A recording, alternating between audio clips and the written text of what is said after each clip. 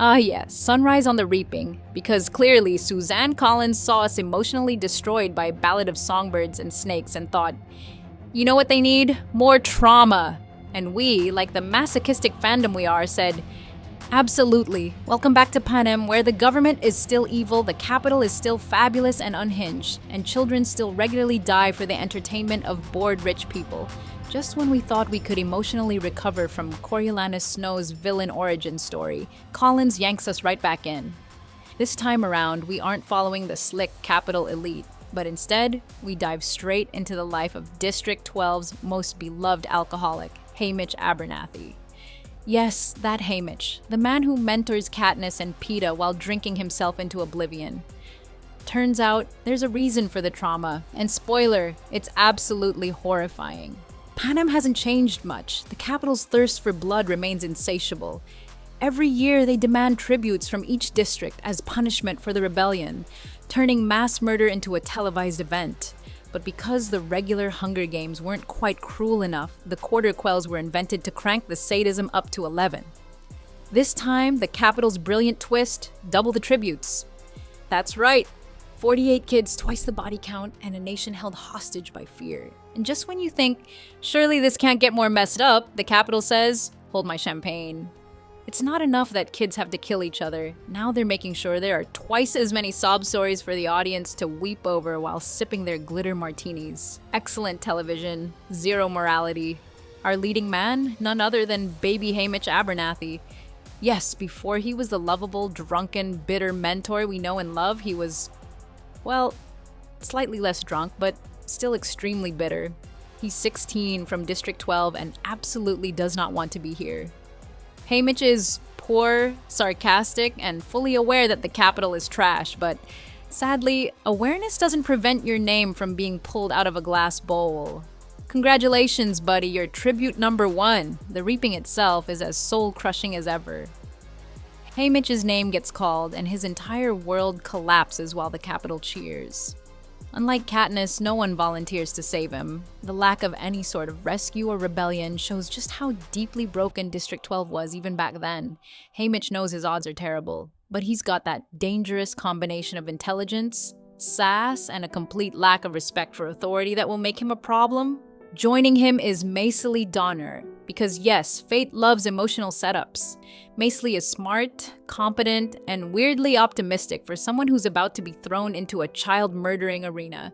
She also happens to be Madge Undersea's aunt, but let's not get ahead of ourselves. Their brief, awkward pre-games conversation is oddly tender. They recognize that they may have to kill each other eventually, but still share a quiet moment of understanding. That fragile connection is about to become one of the book's most devastating emotional threads. And let's not forget the capital audience, eating it all up like this is some reality show premiere, completely ignoring the fact that these are actual teenagers about to fight to the death. Nothing says dystopian nightmare like glamorizing child murder with confetti and designer outfits. Haymitch gets the classic capital welcome. Fancy food, forced interviews, and being dressed up like a puppet for the amusement of viewers. His mentor, who is essentially a capital pawn, is zero help. The tributes are paraded around as entertainment, which is fun if you enjoy watching kids pretend they're not about to be slaughtered on live television. Haymitch naturally handles this with peak teenage apathy and some sharp one-liners that make Caesar Flickerman very uncomfortable.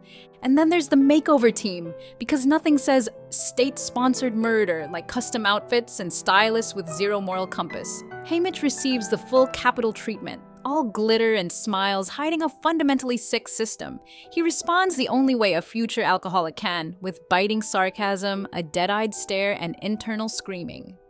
Of course, the interviews serve one purpose, to make the tributes marketable. Haymitch gives the audience what they want, a rebellious streak, a hint of vulnerability, and just enough charm to make the capital swoon. It's disturbingly effective, and the viewers eat it up, placing their bets while ignoring the obvious horror of the situation. And let's be honest, half the capital audience doesn't even care who wins.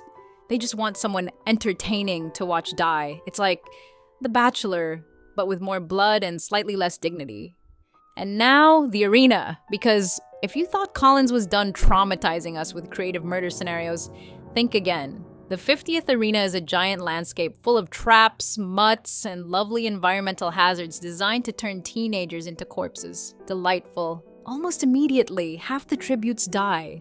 Haymitch survives with a combo of resourcefulness, luck, and the fact that everyone underestimates the quiet kid from District 12. Macy forms a temporary alliance with him because they both have that rare survival instinct called basic competence. The arena itself is as much of a villain as any tribute. Poisonous plants, deadly cliffs, and unrelenting weather patterns ensure that survival isn't just about fighting other kids. It's about outsmarting the environment. Haymitch quickly learns to study the arena's geography, giving him a much-needed edge. He's not the strongest, but he's definitely one of the smartest. Haymitch and Macy work together surprisingly well. They share supplies, defend each other, and try to retain some humanity amid the carnage. But deep down, they both know this alliance can't last forever. In Panem, friendship is a temporary luxury because nothing screams bonding like scavenging supplies while trying not to get stabbed. Truly, friendship goals. As the games drag on, the emotional damage piles up. Macy and Haymitch make a good team until they can't. Eventually, Macy decides they should split up to increase their odds of survival. Spoiler alert, that doesn't go great. Macy is killed by a pack of mutated birds because Collins refuses to let anyone die peacefully. Haymitch arrives too late to save her, giving us one of the most gut-wrenching scenes of the entire prequel. He's officially broken, which of course is exactly what Snow and the Capitol want. The Capitol viewers, of course, are eating up every tragic moment, like it's the season finale of their favorite soap opera. Nothing gets ratings like watching two kids build a friendship and then be ripped apart by genetically engineered nightmares. It's trauma, but make it profitable. Haymitch spirals, but doesn't crumble. Instead, the grief sharpens his focus. He adapts, grows even more calculating, and starts playing the Capitol's game against them. Every step he takes is a middle finger to the system, which of course puts an even bigger target on his back. Despite everything, Haymitch wins. He uses the arena's force field to his advantage, proving he's way smarter than anyone gave him credit for. And you'd think winning would be the happy ending. But welcome to Panem, where victory is just the start of lifelong suffering.